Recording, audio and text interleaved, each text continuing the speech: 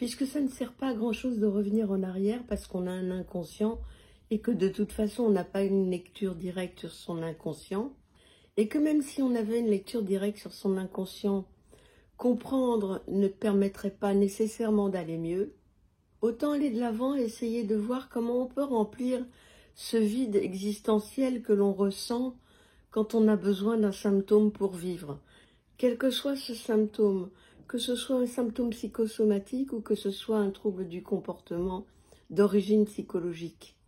Autant apprendre à aller de l'avant pour apprendre à remplir le vide qu'on a en soi. Quand on se sent habité, mais vraiment habité, dans son corps, dans sa tête, dans son cœur, cohérent, on n'a pas besoin d'un symptôme pour vivre. Et les gens qui sont comme ça, ils n'ont pas besoin de faire une psychothérapie, tellement ils se sentent à l'aise dans leur vie et dans la vie en général. Mais remplir le vide avec quoi? Toute la question est là. Remplir le vide avec soi.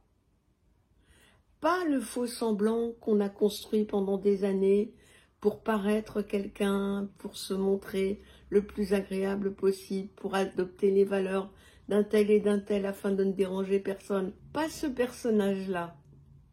Le vrai personnage que nous sommes, celui qui ne sait pas encore être, qui sait être dans la vie sociale, qui sait être brillant, qui sait réussir, faire l'admiration de tout le monde parfois, et pourtant qui, au fond de lui-même, rentré à la maison, se sent tellement seul avec soi-même qu'il a envie de prendre de la coke, ou de la drogue, ou de la bouffe, bref, qu'il a envie de prendre une addiction pour calmer un peu cette douleur intense de ne pas se sentir exister. En réalité, ce qu'il faut faire, c'est trouver la cohérence entre ce qu'on ressent dans son corps, ce qu'on ressent dans ses émotions, et aussi son intelligence. Mais pas l'intelligence scientifique ou rationnelle, l'intelligence qui est capable de douter de soi, de douter de ses convictions. Pour réussir cette approche-là, il ne faut pas une approche si traditionnelle, il faut une approche si particulière, c'est-à-dire qu'il ne faut pas que le psy soit simplement là gentiment à t'écouter et à te recadrer pour t'aider à comprendre ce qui s'est passé quand ça s'est passé.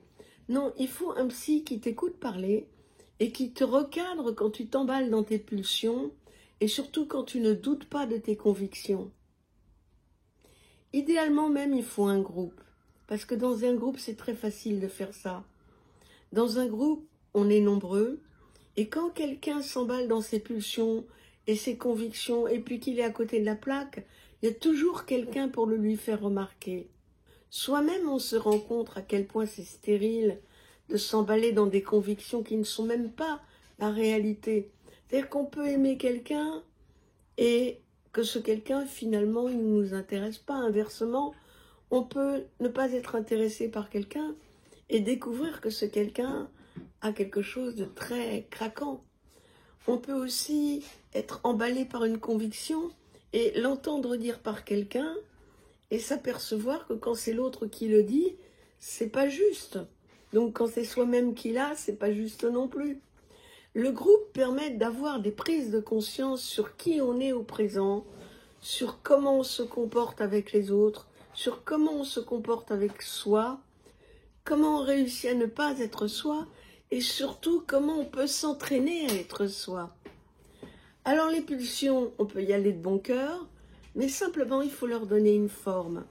Il ne faut pas être agressif quand on s'adresse à quelqu'un, même si on est authentique.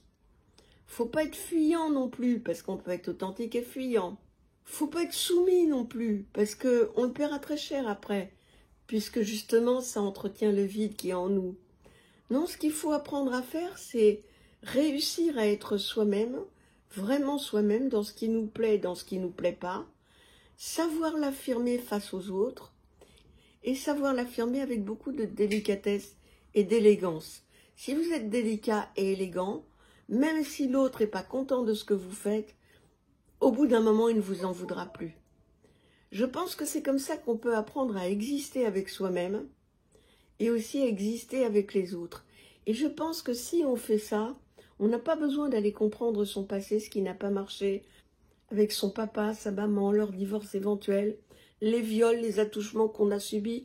Tout ça, c'est pas la peine d'aller chercher tout ça. À mon avis, il faut apprendre simplement à devenir soi, à être cohérent, à se laisser libre d'être soi-même, et en étant libre d'être soi-même, tenter de se faire accepter des autres en ne les bousculant pas, en n'étant pas intrusif et en étant délicat. C'est à ça que sert la thérapie de groupe. Et c'est en faisant ce travail-là qu'on réussit à perdre tous ces symptômes d'origine psychologique, y compris les addictions sévères.